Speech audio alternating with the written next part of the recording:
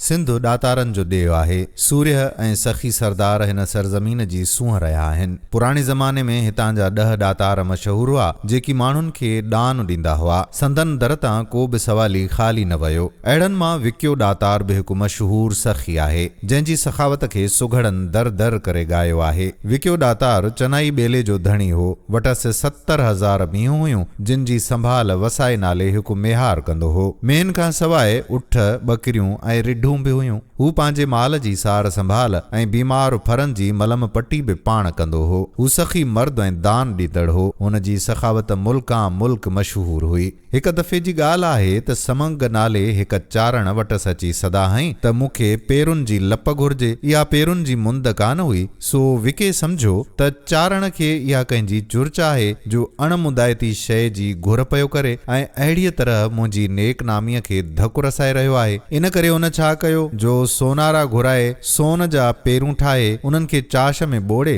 सोने थाल में विझी अची चारण आॾो रखियईं। चारण विझे जो वात में त भुरनी की न। हुन विके खे चयो त ही तिरकताल छॾे ॾे जो अणमुदायतन पेरुनि जो सवाल पूरो नथो करीं त पोइ मूंखे पंहिंजो सिर ॾियणो पवंदई। विके सोचियो त ॿेली ही पूरो इम्तिहान थो वठे, पर वरी बि खेसि चयईं त हीअं कर, सवें संजल घोड़ा, मतारियूं मींहूं ऐं उठनि जी कतार वठ। चरिया सिर खे छा कंदे, जेका छड़ी मुंडी आहे, पर चारण मञई न। विक्यो चारण खां 7 ॾींहंनि जी मोहलत वठी घर आयो ऐं घरवारीअ सां सलाह कयईं, जेका वरी सखी सपड़ जी धीउ हुई। हुन खेसि चयो त जे सवालीअ जो सवाल पूरो नथो करीं त अवल मुंहिंजो सिर ॾे, पोइ तूं पंहिंजो ॾे, पर सवालीअ खे दर तां न मोटाए। विके सिर ॾियण जो इरादो कयो। पंहिंजी 7 पीढ़ियाई मेंह जे खीर हाज़ुर करण लाइ मेहार वसाए खे हुकुम कयो। संदसि धण में हिक 7 पीढ़ियाई मेंह माणकी हुई जंहिंजे खीर खे बरकत वारो सम्झो वेंदो हो। उन मेंह जी आदत हुई त हूअ पंहिंजी जूए मां घणो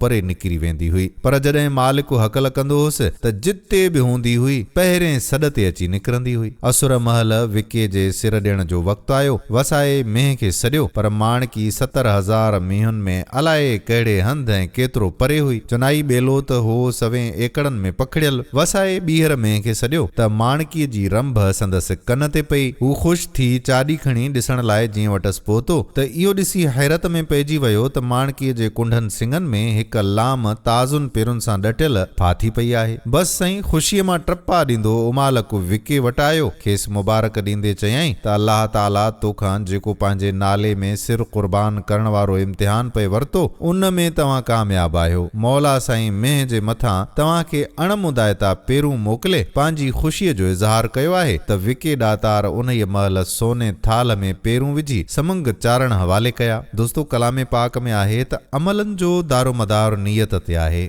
विके जी दिलि साफ़ हुई। हुन सभु माल मिल्कियत दुनिया दौलत सां गॾु पंहिंजो साह ऐं शरीर बि अलाह ताला तरफ़ां अमानत सम्झियो हुयो, जेको खेसि अलाह ई पंहिंजे बाननि खे ॾियण लाइ हुन खे ॾिनो हो। उन करे हू पंहिंजो सिर बि अलाह जी राह में क़ुर्बान करण खां न हॿकियो हुयो। पर मौला साईं संदसि दिलि जे सदक़ ऐं इरादे खे ॾिठो ऐं संदसि क़ुर्बानी मंज़ूर कई। इहो ई सबबु आहे जो विके खे अॼु बि ॻोठाणो अवाम इज़त सां यादि करे थो ऐं अव्हां खे विके नाले केतिरा ई माण्हू अॼु बि सिंध धरतीअ ते मिलंदा। जेकॾहिं अव्हां जो बि को विकियो दोस्त आहे त उन खे मेंशन ज़रूरु कजो। कहाणी पसंदि आई हुजे त पंहिंजे दोस्तनि सां शेयर कजो। ईंदड़ वीडियो ताईं पंहिंजे मेज़बान क़ादिर बख़्श कल्होड़े खे ॾियो मोकल। अल्लाह वाही।